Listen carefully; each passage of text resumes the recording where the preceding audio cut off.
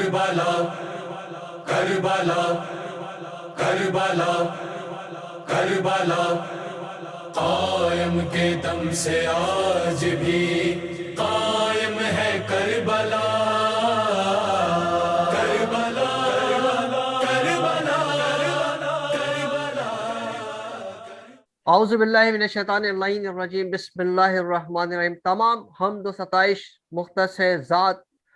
ذات بے ہم تو یکتا کے لیے، ذات لطیف کے الطاف خاصہ رحمت برکتیں ہوں۔ تمام درود و سلام آل محمد پر، اور ہماری تمام لعنتیں دشمنان اہل بیت پر رہتی دنیا تک یہ لعنتیں قائم رہیں گی۔ قائم ٹی وی کی جانب سے ماہر الحرام کی خصوصی نشریات کے ساتھ آپ کا میزبان افتخار مہدی رضوی اپنے مخصوص مہمانان گرامی کے ساتھ آپ کی خدمت میں حاضر ہے، اور تمام مومنین مومنات کی خدمت میں اپنا سلام پیش کرتے ہیں۔ قائم ٹی وی کی جانب سے یہ جو ہمارا آج کا پروگرام ہے، اور جو 10 دن محرم میں یہ پروگرام ہمارا جاری رہے گا، اس میں ہمارے مہمانان گرامی ہمارے ساتھ رہیں گے اور سوال جواب کا سلسلہ اس میں رہے گا۔ ہمارا موضوع ہے کربلا مستقل تحریک۔ ظاہر ہے کہ کربلا کی تحریک غدیر خم سے ہی شروع ہو گئی تھی، اور میں یہ کیوں نہ کہوں کہ کربلا کی تحریک اس وقت شروع ہو چکی تھی جب رسول خدا حضرت محمد مصطفیٰ صلی اللہ علیہ وسلم نے رسالت کا اعلان کیا تھا، تو دشمن صف آرا ہو کر رسول خدا کے سامنے کھڑے ہو گئے تھے، اور کچھ لوگ اپنے ذاتی مفادات کی خاطر دین میں شامل ہونا شروع ہو گئے تھے۔ میرے نزدیک تو یہ کہ کربلا کی تحریک وہیں سے شروع ہو گئی تھی، اور ظاہر ہے کہ امام حسین علیہ السلام پر آ کر وہ تحریک کا اختتام نہیں ہوا۔ وہ تحریک ظاہر ہے ہمارے امام زمانہ امام مہدی علیہ السلام تک یہ تحریک چلتی رہے گی، اور جس کی ذمہ داری امام جب تک ظہور میں ہیں ہم سب پر، ہمارے علماء کرام پر ہیں۔ آج ہمارے جو مہمان گرامی ہمارے ساتھ اس پروگرام میں موجود ہیں، قبلہ کا محترم مولانا امام حیدر زیدی صاحب، ظاہر ہے کہ ایک قابل ستائش شخصیت، کون نہیں جانتا، خطاب کے حوالے سے، خدمات کے حوالے سے۔ ان کے ساتھ ہمارے ساتھ موجود ہیں قبلہ مولانا فرد موسوی صاحب، خدمات ہیں عزاداری کے حوالے سے، حسینیہ پاسپورٹ کی ذمہ داری قبلہ بڑی خوبی کے ساتھ انجام دے رہے ہیں، اور ہر پروگرام میں ہمارے ساتھ شامل ہوتے ہیں۔ اس کے علاوہ ہمارے ساتھ شاعر اہل بیت اور قبلہ مولانا، بہت ہی عالم دین بھی ہم ان کو کہہ سکتے ہیں، شاعر اہل بیت بھی کہہ سکتے ہیں، قبلہ مولانا اجمال نقوی صاحب ہمارے ساتھ اس پروگرام میں موجود ہیں، ہمارے پروگرام کی رونق رہتے ہیں۔ ان کے ساتھ ساتھ ہمارے ساتھ جو پروگرام میں ہیں تجزیہ نگار، قائم ٹی وی اور دیگر شیعہ ٹیلی ویژن چینلز پر اپنے فرائض انجام دیتے ہیں ایز اے ناظم کی حیثیت سے جناب وسیم نقوی صاحب ہمارے اس پروگرام میں شامل ہیں۔ اس کے علاوہ ایک ایسی شخصیت ہمارے پروگرام میں شامل ہے کہ ہم خوش قسمتی سمجھتے ہیں، ظاہر علماء اکرام ہمارے ساتھ موجود ہیں ہمارے اس محرم کے پروگرام میں۔ ان کی موجودگی میں ہمارے ساتھ جو موجود ہیں ڈاکٹر نوید سید صاحب، کون نہیں جانتا، نیورو سائنٹسٹ، خدمات ہیں۔ میں ہمیشہ کہتا رہا ہوں ڈاکٹر نوید سید کے بارے میں، اور یقیناً ہمارے سامنے جو موجود علماء اکرام موجود ہیں وہ بھی تائید کریں گے اس بات کی کہ ہمارے قوم کا ایک سپوت جو کہ قوم کا نام پوری دنیا میں روشن کر رہا ہے، ڈاکٹر نوید سید ہمارے ساتھ اس پروگرام میں شامل ہے۔ ہم چلتے ہیں اپنے پروگرام کی طرف۔ ظاہر ہے کہ وقت کا بھی خیال رکھنا پڑتا ہے۔ قائم ٹی وی پر آپ یہ پروگرام اس وقت دیکھ رہے ہیں محرم الحرام کی خصوصی نشریات کے طور پر۔ کربلا مستقل تحریک، میں قبلہ محترم مولانا امام حیدر صاحب کی طرف چلتا ہوں۔ قبلہ ایک سوال اس میں یہ آتا ہے کہ کربلا مستقل تحریک، جس طرح میں نے کہا کہ وہ تو شروع ہو چکی تھی تحریک، لیکن سفر کربلا جو امام حسین علیہ السلام نے اپنے گھر کو چھوڑا، بچوں کو، خواتین کو لے کر جو اپنے گھر بار چھوڑ کر جنگل کی طرف روانہ ہوئے، اس کے کیا عوامل تھے؟ آخر اس کے پیچھے کیا بات ایسی پوشیدہ تھی کہ امام نے اپنا گھر بار چھوڑا؟ اعوذ باللہ من الشیطان الرجیم، بسم اللہ الرحمن الرحیم، الحمدللہ رب العالمین، والصلاة والسلام علی اشرف الانبیاء والمرسلین وعلی آلہ الطیبین الطاہرین المعصومین ولعنۃ اللہ علی اعدائہم اجمعین۔ سب سے پہلے جو قابل احترام ہمارے ساتھ علماء اور ڈاکٹر صاحب اور دیگران موجود ہیں، ان کی خدمت میں سلام عرض کرتے ہیں، اور اللہ سے دعا کرتے ہیں کہ پروردگار آپ تمام حضرات کو صحت سلامتی اور معرفت اہل بیت میں اضافہ کرے انشاءاللہ۔ الہی آمین الہی افتخار صاحب آپ کا سوال بہت تشریح طلب ہے، لیکن اگر 2-3 جملے میں اس کو سمیٹا جائے تو سب سے پہلا جو کوشچن یہ اٹھتا ہے کہ سقیفہ بننے کے بعد سے اور اس کے بعد بی بی فاطمہ سلام اللہ علیہا کے گھر پر جس طرح کا واقعہ ہوا اور مولائے کائنات گلے میں رسی ڈالنا اور بی بی فاطمہ سلام اللہ علیہا کا 11 دن تک مدینے والوں سے یہ مطالبہ کرنا کہ تم علی کا ساتھ دو اور کسی نے ساتھ نہ دیا، وہیں سے آپ سمجھیے کہ کربلا کا انڈیکیشن مل گیا تھا، وہیں سے مولائے کائنات اور بی بی فاطمہ سلام اللہ علیہ کا اندازہ ہو گیا تھا کہ یہ قوم ہمارے بچے کو ذبح کر دے گی۔ لیکن عوامل میں سب سے بڑا عامل جو میں مسلسل پروگرام میں کہتا ہوں اور کہتا رہوں گا، یہ تھی حق کی حمایت میں نہ بولنا۔ سب سے بڑا جو نقصان ہوتا ہے ہر دور میں ہوگا کہ جب لوگ اپنی مفاد پرستی، اپنی رشتہ داری، اپنے تعلقات، اپنے برانڈ بننے کے چکر میں حق بیانی نہ کریں۔ اس وقت یہی ہوا تھا، اس لیے کہ کوئی وہاں غیر مسلم نہیں تھا، سارے کے سارے مدینے میں سوکارڈ صحابی تھے، سارے کے سارے رسول اللہ کو جانتے تھے، سارے کے سارے بی بی فاطمہ کو سمجھ رہے تھے۔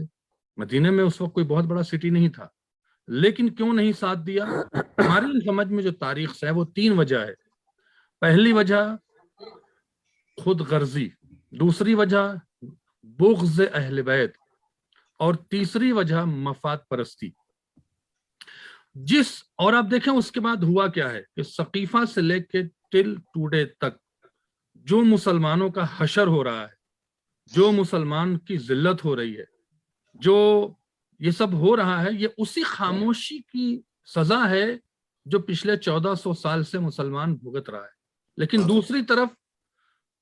مولائے کائنات کا ساتھ نہ دیا گیا، 25 سال تک کام نہیں کرنے دیا گیا۔ خلافت ظاہری پر آنے کے بعد اب ہوا کیا ہے؟ ایلیمنٹ کیا ہوئے ہیں، اسباب کیا ہوئے ہیں؟ دھوکہ، وعدہ خلافی، منافقت، بغض، لالچ، یہ سب کی سب چیزیں مولائے کائنات کے زمانے میں جمع ہوئی۔ بیعت کر کے بھاگنا، دھوکہ دینا، آج بھی ہے، آج بھی معاشرے میں ہے، جسے کہتے ہیں کہ مفاد پرستی، کدھر پیسہ ملے گا، کدھر تعلقات، ادھر بھاگ جانا،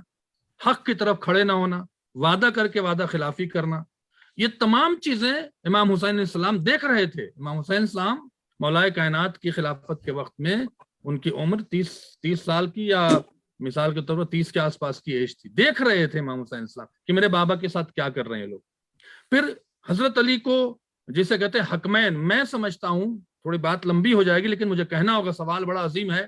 کہ حکمین کا جو واقعہ ہوا ہے، یعنی مولائے کائنات کو خلافت سے معزول کرنا،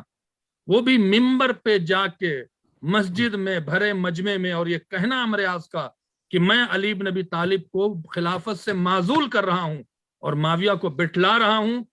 کسی نے آواز نہیں اٹھائی۔ اگر آج کہہ دینا تو آج لوگ ختم کر دیتے اس کو، کسی نے آواز نہیں اٹھائی۔ وہ جو ہوا ہے، اور اس کے بعد جو یہ خاموشیاں رہی ہیں، جس سے اندازہ ہوا کہ لوگ اہل بیت کے ساتھ نہیں ہیں۔ جی قبلہ، آپ نے جس طرح آپ نے کہا ابھی تفصیل کے ساتھ آپ نے لیٹ می فنش میں مکمل کر دوں۔ اس کے بعد آپ دیکھیں امام حسن کے ساتھ ہوا، امام حسن نے مسجد میں کہا میرا ساتھ دو، نہیں دیا۔ امام حسین جب مدینے سے چل رہے تھے اور جب فتویٰ آیا ہے کہ حسین کو قتل کر دو، کسی نے ساتھ نہ دیا۔ امام حسین نے کہا ہماری قربانی ضروری ہے، جب تک معصوم کا خون نہیں بہے گا تب تک ذہنوں میں انقلاب نہیں آئے گا، اور یہ جو بغیرتی چھائی ہوئی تھی یہ ختم نہیں ہوئی۔ جی قبلہ، بہت شکریہ قبلہ۔ آپ نے کہا کہ جو سفر کربلا کے جو عوامل تھے اس کے اندر ظاہر ہے کہ منافقت اور مفاد پرستی اور لالچ اور دھوکہ دہی، اہل بیت سے بغض اور سقیفہ کے نتائج ہیں، جو کہ ظاہر ہے کہ آپ نے بیان بھی کیا کہ امام حسن علیہ السلام نے بھی جب لوگوں کو اپنی طرف بلایا تو لوگوں نے انکار کیا، اہل بیت کا ساتھ نہیں دیا۔ سفر کربلا کے عوامل مطلب اس طرح کے تھے کہ دھوکہ، فریب، لالچ اور معاشرے کے اندر ایک خرابی پیدا ہو رہی تھی۔ ہم چلتے ہیں قبلہ مولانا اجمال نقوی صاحب کا۔ قبلہ ابھی جیسا کہ آپ نے سنا کہ قبلہ امام حیدر زیدی صاحب نے بیان کیا ہے کہ مفاد پرستی پیدا ہو چکی تھی، حق کا ساتھ نہیں دے رہے تھے، اہل بیت سے دشمنی کر رہے تھے، اور سقیفہ بھی بن چکا تھا۔ سقیفہ کے بعد ظاہر ہے امام حسین اسلام، جیسا قبلہ نے ابھی امام حیدر زیدی صاحب نے کہا کہ مولا امام حسین اسلام مولا کائنات کے ساتھ جو کچھ بھی زیادتیاں ہو رہی تھی وہ بچپن سے ہی دیکھتے چلے آ رہے تھے. اس کے بعد سے ظاہر ہے یہ معاملات کو دیکھتے ہوئے سفر کربلا امام نے کیا. آپ اس سلسلے میں آپ کیا کہتے ہیں قبلہ؟ السلام علیکم. وعلیکم السلام. اعوذ باللہ السميع العليم من الشیطان اللعین الرجیم. بسم اللہ الرحمن الرحیم. الحمد للہ رب العالمین والصلاة والسلام علی من اتبع الہدى. اما بعد فقد قال اللہ سبحانہ وتعالی فی کتابہ المبین. بسم اللہ الرحمن الرحیم. والعصر ان الانسان لفی خسر الا الذین آمنوا وعملوا الصالحات وتواصوا بالحق وتواصوا بالصبر. دیکھیے بھائی افتخار صاحب، اتنا عظیم موضوع آپ نے لیا ہے اور ظاہر ہے کہ اس کو سمندر کو کودے میں بند کرنا بھی اتنا آسان نہیں ہے اس موضوع کے لحاظ سے. ہر تحریک کے کچھ محرکات ہوتے ہیں اور آپ نے یہ بات شروع میں کہی کہ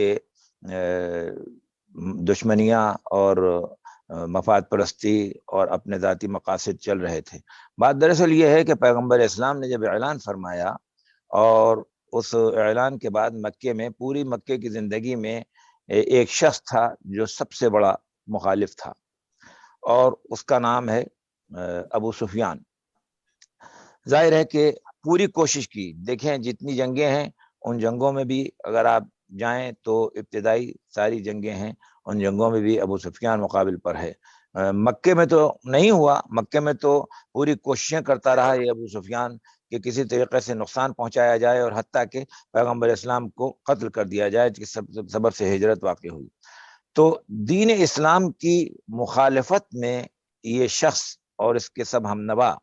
اس بات میں کوشاں رہے اور اس کا نتائج یہ ہوئے کہ آپ دیکھیں کہ جب یہ سقیفہ بنی سعدہ میں یہ سب مسکوٹ ہوئی غدیر کے اعلان کے بعد، اور ان لوگوں نے یہ طے کر لیا کہ جو کچھ پیغمبر اسلام نے کہا ہے غدیر کے اندر وہ ہم نہیں ہونے دیں گے. اور نتیجہ یہ ہوا کہ 12 آدمی جو ہیں وہ مکے واپس چلے گئے اور انہوں نے ایک دستاویز تیار کر کے اور اس کو وہاں مکے کے قریب دفن کیا اور یہ کہا کہ ہرگز ایسا نہیں ہونے دیں گے. نتیجہ یہ ہوا کہ انہوں نے پوری کوشش کی آ کر پیغمبر اسلام کے سلسلے میں. ظاہر ہے ہم لوگوں کا نظریہ یہ ہے کہ شہادت ہے پیغمبر اسلام کی بھی. سر الشہادتین جو لکھی ہے انہوں نے، وہ یہ سمجھتے ہیں کہ امام حسن اور امام حسین علیہ السلام کی قربانی جو ہے وہ پیغمبر اسلام کی قربانی سے منسلک ہے. لیکن ہمارے نقطہ نظر میں اور عقیدے میں خود پیغمبر اسلام کی شہادت ہے کہ آپ کو زہر کے ذریعے سے شہید کیا گیا، اور اس کے لیے اس کی جو عوامل ہیں اور اس کی جو تاریخ ہے وہ آپ کو بہت ساری روایات اس طرح کی مل جائیں گی جس میں بٹوین دا لائنز اگر ہم پڑھیں تو ہمیں معلوم ہو جائے گا کہ ان کے کیا مقاصد تھے. یہاں سے یہ بات سمجھ لیں آپ، جو دشمنی پیدا ہوئی، لیکن جب انہوں نے یہ دیکھا کہ خاص طور پہ ابو سفیان نے کہ بھائی یہ سلسلہ جو ہے یہ تو بہت آگے بڑھ گیا ہے، اور اس نے پیغمبر اسلام کو چچا حضرت عباس سے یہ کہا کہ تمہارے بھتیجے کی حکومت تو بہت جو ہے آگے بڑھ چکی ہے، بہت پھیل چکی ہے، مستحکم ہو چکی ہے. تو اس کو انہوں نے کہا کہ اس کو حکومت نہ کہو، یہ رسالت و نبوت ہے.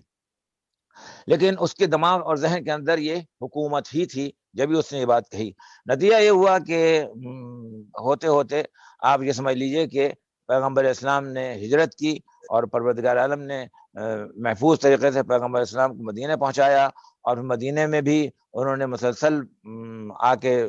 جنگیں جو ہیں مسلط کیں، اور نتیجہ یہ ہوا کہ بدر، احد، خیبر اور خندق یہ سب اس کے سرغنہ جو ہیں خاص طور پہ وہی ابو سفیان رہے.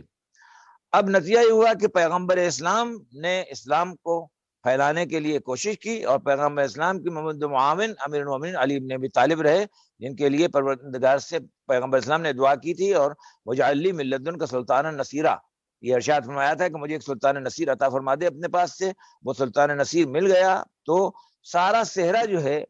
پیغمبر اسلام کے اس اسلام پھیلانے کا خاص طور پر اور اس کی معاونت میں امیر المومنین کا رہا. جی قبلہ، آپ نے بڑی اس سے تفصیل سے آپ نے اس کو بیان کیا کہ سفر کربلا کے کیا عوامل تھے، جس طرح قبلہ امام حیدر زیدی صاحب نے اس کو بیان کیا کہ اس پہ ظاہر ہے کہ لوگ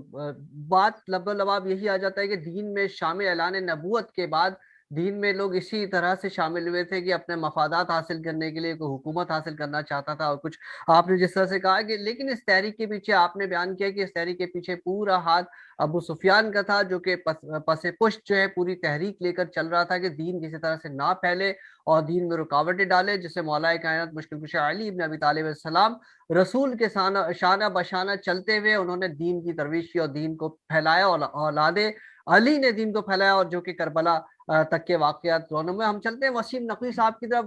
وسیم بھائی ابھی جی آپ دیکھ رہے تھے وہ کہ بات پوری جی جی تو ہو جاتی، 1 منٹ تو دے دیں جی جی مجھے۔ جی جی جی قبلہ میں کہنے چاہ رہا تھا کہ نتیجہ یہ ہوا کہ پہلے یہ شخص ابو سفیان پیغمبر اسلام کے مقابل پر رہا، اور اس کے بعد اس کا بیٹا معاویہ جو ہے وہ امیر المومنین علی ابن ابی طالب کے مقابل پر رہا، اور اس کے بعد اس کا بیٹا یزید جو ہے وہ امام حسین علیہ السلام کے مقابل پر آیا۔ تو یہ ایک ایسی سیریز آپ کو ملے گی کہ ان لوگوں نے پوری کوشش کی، اور یزید کے وہ کلمات یہ بتاتے ہیں کہ اگر آج بدر و احد کے مقتولین زندہ ہوتے تو وہ دیکھتے کہ میں نے بنی ہاشم سے کیسا بدلہ لیا، یہ سب ایک ڈھونگ تھا، نہ کوئی فرشتہ آتا تھا نہ کوئی وحی۔ جو شخص یہ کہہ دے وہ دائرہ اسلام سے خارج ہے، لیکن عالم اسلام میں آج بھی یزید نواز لوگ جو ہیں،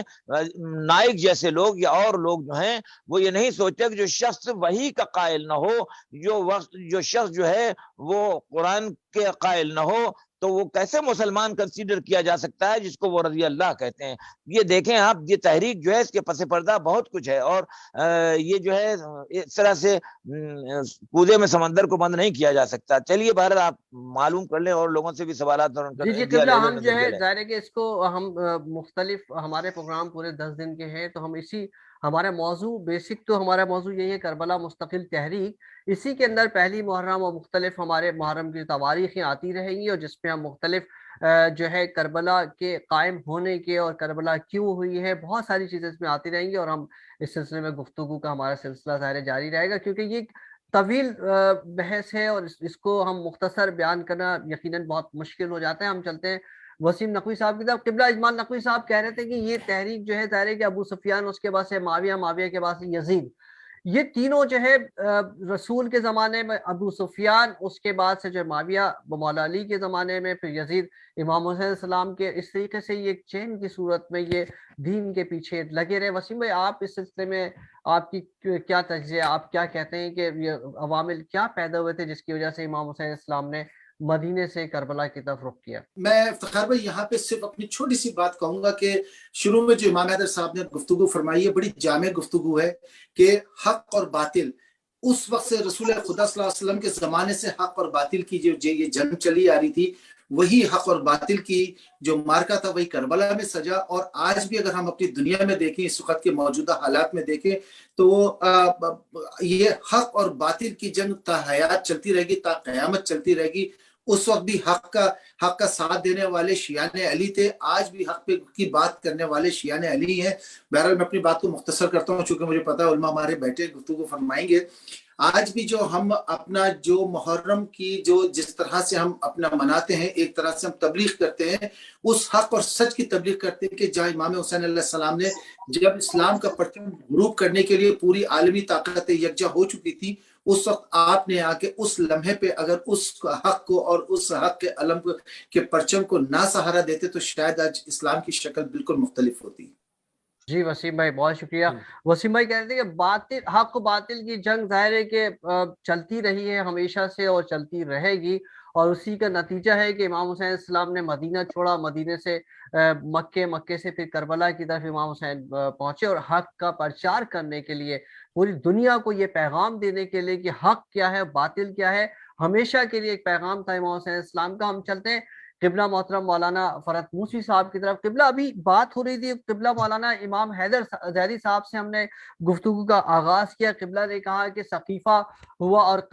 سقیفے کے بعد سے ظاہر ہے کہ لوگ مفادات کی خاطر داخل ہوئے، لالچ، حق کا ساتھ نہ دینا، جو کہ آج بھی ہمیں نظر آتا ہے، تباہی وہیں ہوتی ہے جہاں حق کا ساتھ نہ دیا جائے۔ یہ قبلہ امام حیدر ظاہری صاحب نے اس سلسلے میں ہمیں پوری تفصیل سے بیان کیا۔ اس کے بعد ہمارے قبلہ مولانا اجمال نقوی صاحب نے تفصیل سے بیان کیا کربلا کا واقعہ کیوں رونما ہوا، پیچھے سے پورا مولا علی کے زمانے سے اور رسول کے زمانے سے، حضور اکرم کے زمانے سے لے کے امام حسین تک کے دور میں کہ ابو سفیان اور پھر معاویہ، اس کے بعد سے جو یزید، یہ واقعات چلتے رہے۔ قبلہ آپ کے نزدیک کیا ہے کہ سفر کربلا امام حسین علیہ السلام نے جو ہے مدینے میں سے کربلا کی طرف رخ کیا ہے، اس کے عوامل کیا تھے؟ کیونکہ بعض مقامات پہ ہمیں یہ بھی نظر آتا ہے کہ جیسے کہا جاتا ہے کہ دب رہی ہے سازوں میں اب اذان سازوں میں دبنے لگی تھی، اور جو ہے نا بہت زیادہ فسق و فجر تمام پھیلنے لگا تھا، جس کی بنا پر امام حسین نے کیا خالی یہی واقعات تھے؟ جی قبلہ. اعوذ باللہ من الشیطان اللعین الرجیم، بسم اللہ الرحمن الرحیم، والحمد للہ رب العالمین، والصلاة والسلام علی نبی الکریم اہل بیتہ الطیبین الطاہرین واللعنۃ الدائمۃ علی اعدائہم اجمعین، اما بعد. یہاں پر ایک ضروری پیغام جو ہو امام حسین علیہ السلام کے سفر سے ہم کو مل رہا ہے، وہ بڑا اہم ہے. وہ سمجھنا یہ ہے کہ ہم لوگ سمجھتے ہیں کہ نبی اکرم صلی اللہ علیہ وسلم کے دین پہنچانے کے بعد لوگوں نے اسلام کو کسی طریقے سے قبول کیا. اس میں ایک اہم پہلو یہ ہے کہ بہت سے لوگ جو تھے اس وقت، اب آپ ان کو جو بھی نام دیں، صحابہ یا مدینے میں رہنے والے یا مکے میں رہنے والے، بہت سے ان میں سے تو طیب الولادہ بھی نہیں تھے، ان کے پاس ولادت کا وہ تصور نہیں تھا. جیسے کہ آپ جا کے تاریخ میں دیکھیں تو یہ تو معافی ضمیر میں تھا کہ یہ لوگ اسلام کو قبول نہیں کریں گے. سمجھا، آپ کر بھی نہیں سکتے، نہ ان میں محبت اہل بیت پیدا ہو سکتی ہے.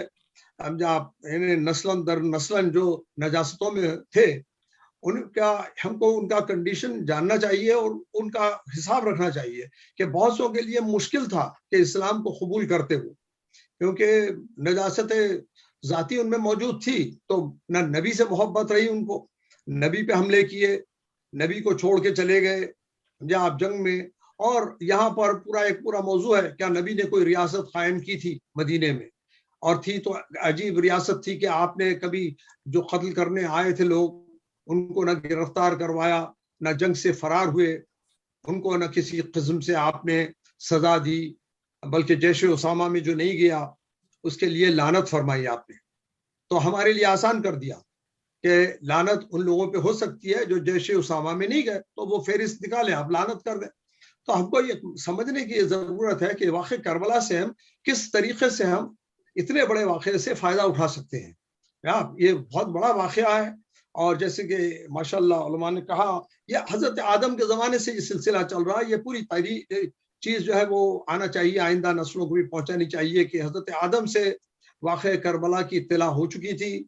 حضرت آدم نے بھی ذاکری فرمائی، ممبر بھی تھا. یہ پورے واقعات ہیں، ہماری کتابوں میں لکھے ہیں، اور ان کا تذکرہ ضروری ہے کہ یہ منفرد نہیں تھا. اہل بیت کا یہ خواہش تھی جو مولا متقیان علیہ السلام کی بھی تھی کہ جنگ و جدال جو ہو وہ نہ مکے میں ہو نہ مدینے میں ہو، تاکہ کبھی کسی کو دور دور تک اس کی اطلاع نہ ہو کہ مسلمان آپس میں اس چیز کے اوپر ایک دوسرے سے لڑتے ہیں، انتشار کے عالم میں ہیں. اور یہ بہت بڑا تھا کہ مولا نکل گئے وہاں سے. امام حسین علیہ السلام نے جب دیکھا کہ وہاں پر ان کو شہید کرنے کی کوشش کی جا رہی ہے تو وہاں بھی رہتے، وہاں بھی شہید ہو جاتے، یا مدینہ مکہ مکرمہ میں بھی شہید ہو جاتے. مگر آپ نے خاص طور پر کوشش کی، جیسا کہ آپ کے والد گرامی علیہ السلام نے کی تھی، کہ آپ کربلا کی طرف روانہ ہوئے. کربلا کے واقعات بھی ہیں، کربلا کوئی نئی چیز نہیں ہے، تاریخ میں اس کا کئی مرتبہ اس کا تذکرہ ہو چکا ہے. تو اب ہم کو آئندہ نسل کو کیا پیغام دینا ہے، یہ بہت اہم ہے. کیا وہ لوگ آ گئے ہیں ان چیزوں کے پوچھنے کے اوپر کہ کیا واقعات گزرے، کس وجہ سے امام حسین علیہ السلام گئے، کس وجہ سے لوگ وہاں رک گئے، امام نے کتنوں کو ساتھ لیا. اور آج کی وہ جو قوم کا خاکہ ہے وہ وہاں بھی تھا. امام نے مکہ مکرمہ میں تقریباً کئی سو ہزار آدمیوں کو بلایا تبلیغ کے لیے، ان کو ساتھ لے کے نہیں گئے کربلا کی طرف، کیونکہ آپ کا جنگ و جدال کا واقعہ نہیں تھا، ایک قربانی پیش کرنی تھی ان کو. تو وہ نہیں لے کے گئے، ان کو ساتھ لے جا سکتے تھے. ان کو صرف تبلیغ کرنے کے لیے واپس جو آپ کا قیام تھا مکے میں وہ بھی بڑا اہم تھا، کیونکہ وہ آخری زمانہ تھا، آپ جانتے تھے کیا ہونے والا ہے. تو کس طریقے سے آپ نے بلایا، کیا پیغام ان کو دیا،